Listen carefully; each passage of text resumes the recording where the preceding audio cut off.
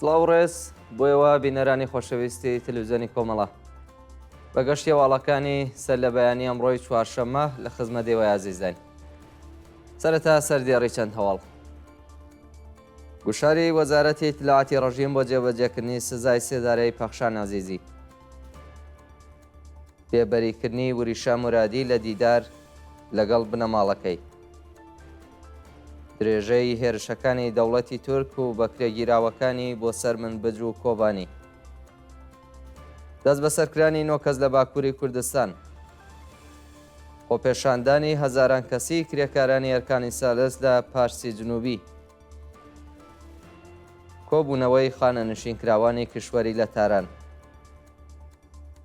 ناڕەزایەتی کرێکارانی شاغڵ لە کارخانەی بەرهەمهێنانی ڕۆنی خۆراکی فریکۆ.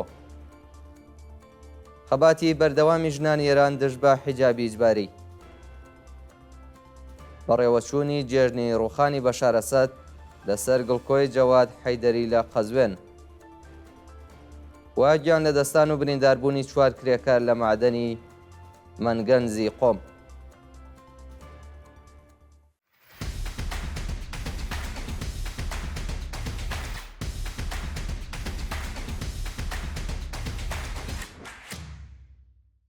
گوشاری وەزارەتی ئیتلاعاتی ڕەژیم بۆ جێبەجێکردنی سزای سێدارەی پەخشان عەزیزی. بە پێی هەواڵی گەیشتوو وەزارەتی ئیتلاعاتی کۆماری ئیسلامی گوشاری بۆ دەستگای قەزایی هاوردووە بە زووترین کات سزای سێدارەی پەخشان عەزیزی جێبەجێ بکات. بە وتەی سەرچاوەکانی هەواڵ پەروەندەی پەخشان عەزیزی بۆ پێداچوونەوە ڕەوانەی دیوانی باڵای وڵات کراوە و پێشتر پارێزەرانی پەخشان سەبارەت بە بایەخنەدانی بەرپرسانی قەزایی ڕەژیم بەو بەڵگانەی سەلمێنەری بێتاوانی و بەندکراوە سیاسیە هۆشداریاندا بوو. ئێستا وەزارەتی ئیتلاعاتی ڕەژیم دەیەوێت لە ڕێگەی گوشارێنان بۆ دیوانی باڵای وڵات حکمی ئیعدامی و بەندکراوە بێتاوانە جێبەجێ بکات. چالاکانی مەدەنی و ڕێکخراوەکانی مافی مرۆڤ سەبارەت بە ئەگەری جێبەجێکردنی سزای سێدارەی پەخشان هۆشداریان بە دەستگای قەزایی داوە و داوا لە نەتەوە یەکگرتووەکان و وڵاتانی ئوروپایی دەکەن هەوڵەکانیان بۆ هەڵوەشانەوەی سزای سێدارەی و بەندکراوە زۆرتر بکەن. بێبەریکردنی وریشە مرادی لە دیدار لەگەڵ بنەماڵەکەی. بە پێی راپۆرتی کانونی مافی مرۆڤی ئێران ماوەی 7 مانگە دەستگای قەزایی وریشە مرادی بەندکراوی مەحکوم بە ئیعدامی لە دەستڕاگەیشتن بە پارێزەر و چاوپێکەوتن لەگەڵ بنەماڵەکەی بێبەش کردووە. وریشە مرادی مانگی گەلاوێژی ساڵی 1402 هەتاوی لە جادەی نێوان کرماشان بۆ سنا لەلایەن هێزە ئەمنیەکانەوە دەست بەسەر و پاش چەند ڕۆژ ڕەوانەی زیندانیە بین کرا. ئەو بەندکراوە سیاسیە لە ماوەی بەندکرانیدا بە سەختی ئەشکەنجە و ئازار دراوە و 2 جار بە بیانووی بەشداری لە کارزاری نا بۆ ئیعدام ڕەوانەی بەندی تاکە کەسی کراوە. پاش سەپاندنی سزای سێدارە بەسەر وریشە مرادی بەرپرسانی قەزای ڕەژیم ناوبراویان لە دەستڕاگەیشتن بە پارێزەرەکانی بێبەش و ڕێگەیان لە دیداری لەگەڵ بنەماڵەکەی گرتووە. درێژەی هێرشەکانی دەوڵەتی تورک و بەکرێگیراوەکانی بۆ سەر منبج و کۆبانی. ڕۆژەی سێشەممە 20 سەرماوەز فڕۆکەکانی دەوڵەتی تورک و تەروریستانی ئیسلامگەرا بۆ جارێکی دیکە هێرشیان کردە سەر کۆبانی و منبج و بەهۆیەوە 8 ئەندامی خێزانە گیانیان لەدەستە. بە پێچەوانەی میدیاکانی تورکیا شاری منبج نەکەوتووە و شەڕ و پێکدادانی قرس لە نێو گەڕەکەکانی قەراغی شار بەردەوامە. نیشانەشکێنەکانی سووریای دموکراتیک تەنگیان بە تەروریستان هەڵچنیوە و ناتوانن پێشڕەوی بکەن. بە وتەی سەرچاوەکانی هەواڵ تەرمی دەیان تێروریست لە نێو شەقام و کۆڵانەکانی منبجدا کەوتووە و کەس نییە کۆیان بکاتەوە. ڕۆژی دووشەممە فڕۆکەکانی تورکیا بۆ چەندەهەمین جار پردی نێوان کانتۆنەکانی فڕات و منبجیان بردومان کرد کاتێک تێروریستان هەوڵی دزەکردن بۆ نێو شاری منبجیاندا کەوتنە بۆسەی شەڕوانان و 2 کەسیان کوژران و 12 کەسیان دەست بەسەرکران. لە عین عیسا بەهۆی بردومانی خانوویەک 8 ئەندامی خێزانە گیانیان بەخت کرد و شەڕێکی قورس لە دەوروبەری بەنداوی تشرین بەڕێوە دەچێت وا تێروریستان گورزی کوشەندەیان بەرکەوتووە. دەست بەسەرکردنی 9 کەس لە باکووری کوردستان. ڕۆژەی سێشەممە 20 سەرماوەز 9 هاوڵاتی کورد لەلایەن پۆلیسی تورکیاوە لە ناوچەی هەزەخی سەر بە شڕناخ دەست بەسەر کراون. بە پێی راپۆرتەکان هێزەکانی دەوڵەتی فاشیستی تورکیا هێرشیان کردوتە سەر گوندی زەویگەی سەر بە ناوچەی هەزەخی شڕناخ و وێڕای پشکنینی ماڵی دانیشتوانی گوندەکە 9 کەسیان بە تونند و تیژیەوە ڕفاندووە. بە وتەی چالاکانی مافی مرۆڤ لە باکووری کوردستان هۆکاری ڕفاندن و شوێنی ڕاگیرانی ئەو 9 شارۆمەندە دیار نییە و بنەماڵەکانیان نیگەرانی دۆخی تەندروستیانە. خۆپێشاندانی هەزاران کەسی کرێکارانی ئەرکانی سالس لە پارسی جنوبی ڕۆژەی سێشەممە 20 سەرماوەز 4,000 کرێکاری ئەرکان سالسی شاغڵ لە پاڵاوگەکانی پارس جنوبی بۆ چەندەهەمین هەفتەی بەردەوام دژ بەرنەدانی داخوازیەکانیان دەستیان لە کارکێشایەوە و خۆپێشاندانیان کرد. کرێکارانی ئەرکانی سالس لە کۆبوونەوەکانیاندا خوازیاری زیادکردنی حەقدەست بە پێی ڕێژەی هەڵاوسان وەلانانی پەیمانکار بەکردەوە دەرهاتنی مادەی دەی یاسای ئەرک و بەرپرسیارەتی پێرسۆنەلی نەوت، دابینکردنی بیمەی دەرمانی کارامە و ئیمکاناتی ڕفاهی، وەلانانی جیاوازی، بەڕێوەچوونی یاسای 14 ڕۆژکار 14 ڕۆژ پشودان، گۆڕانی دۆخی پیشەیی، واروەها نوێکردنەوەی گرێبەست و تەزمینی ئەمنیەتی پیشەیی بوون. کۆبوونەوەی خانە نشینکراوانەی کشوەری لە تاران.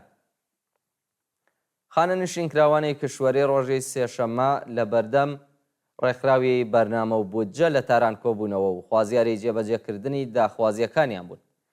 خانە نشینکراوانی کشوەری سەرانسەری وڵات ڕۆژەی سێشەممە خۆیان گەیاندە تاران و بە کۆبوونەوە لە بەردەم ڕێکخراوی بەرنامە و بودجە خوازیاری زیادکردنی حەقدەست بە پێی ڕێژەی هەڵاوسان، پێدانی بیمەی تەکمیلی، هاوسانسازی حەقدەست، پەرداختی مەزایە دواخراوەکان و چاکسازی لە ژیان و معیشەتیان بوون. ناڕەزایەتی کرێکارانی شاغڵ کارخانەی بەرهەمهێنانی ڕۆنی خۆراکی فریکۆ ڕۆژی سێشەممە 20 سەرماوەز 1403 هەتاوی کرێکارانی شاغڵ کارخانەی بەرهەمهێنانی ڕۆنی خۆراکی فریکۆ لە شاری سیرجان لە بەردەم فەرمانداری کۆبوونەوە. کرێکارانی بەشدار لەو کۆبوونەوە بە وتنەوەی دروشت خوازیاری پێدانی حەقدەست، پەرداختی حەقیبیمەکانیان بە ڕێکخراوی تامینی اجتماعی و تەزمینی ئەمنیەتی پیشەیی، گۆڕانی دۆخی پیشەیی و نوێکردنەوەی گرێبەست، زیادکردنی حەقدەست و دامەزراندنی ڕێکخراوەی سربەخۆی کرێکاری بوون. خەباتی بەردەوامی ژنانی ئێران دژ بە حیجابی ئیجباری. بە پێی وێنانەی بەدەستمان گەیشتووە وێڕای هێڕەشەکانی کۆماری ئیسلامی بۆ پەسەندکردنی یاسای ئیفاف و حیجاب، خەباتی ژنان بۆ گەیشتن بە مافە سەرەتاییەکانیان درێژەی هەیە. هاوکات لەگەڵ تووڕدانی حیجابی ئیجباری لەلایەن کچان و ژنانی ئازادی خوازی ئێران دروشمنووسینەکان درێژەی هەیە و گەنجانی بەرابەری تەڵاب لە شارە جۆراوجۆرەکانی ئێران دیواری شارەکانیان کردوتە گۆڕەپانی خەبات دژ بە ڕژیمی کۆنەپەرست و جەنایەتکاری کۆماری ئیسلامی. بەڕێوەچوونی جێژنی ڕووخانی بەشارە سەد لەسەر گڵکۆی جەواد حەیدەری لە قەزوێن ڕۆژی دووشەممە 19 سەرماوەز بنەماڵەی هەمیشە زیندوو جەواد حەیدەری گیانبەخت کردووی ڕێگای ئازادی لە شاری قەزوێن. جێژنی ڕووخانی دیکتاتۆری بەشارە سەدیان لەسەر مەزاری ناوبراودا بەڕێوەبرد.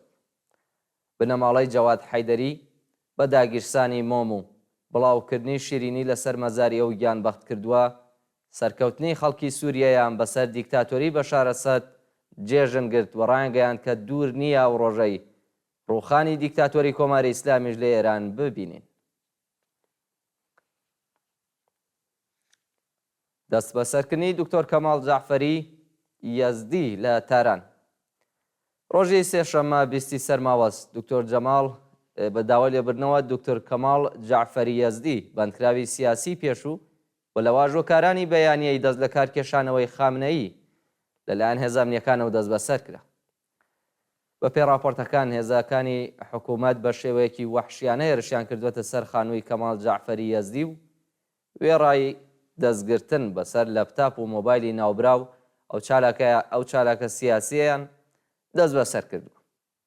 دکتۆر کەماڵ جەعفەری یەزدی لە جانبازانی شەڕی ئێران و عێراق و لەم دوایانەدا بابەتێکی لەسەر ڕووخانی ڕژیمی بەشارە سەد لە تۆڕە کۆمەڵایەتیەکان بڵاو کردبووە. ناوبراو لە پەیامێکدا بۆ جارێکی دیکە جەختی لەسەر یەکڕێزی و یەکگرتووی خەڵکی ئێران بۆ تێپەڕبوون لە کۆماری ئیسلامی کردبوو.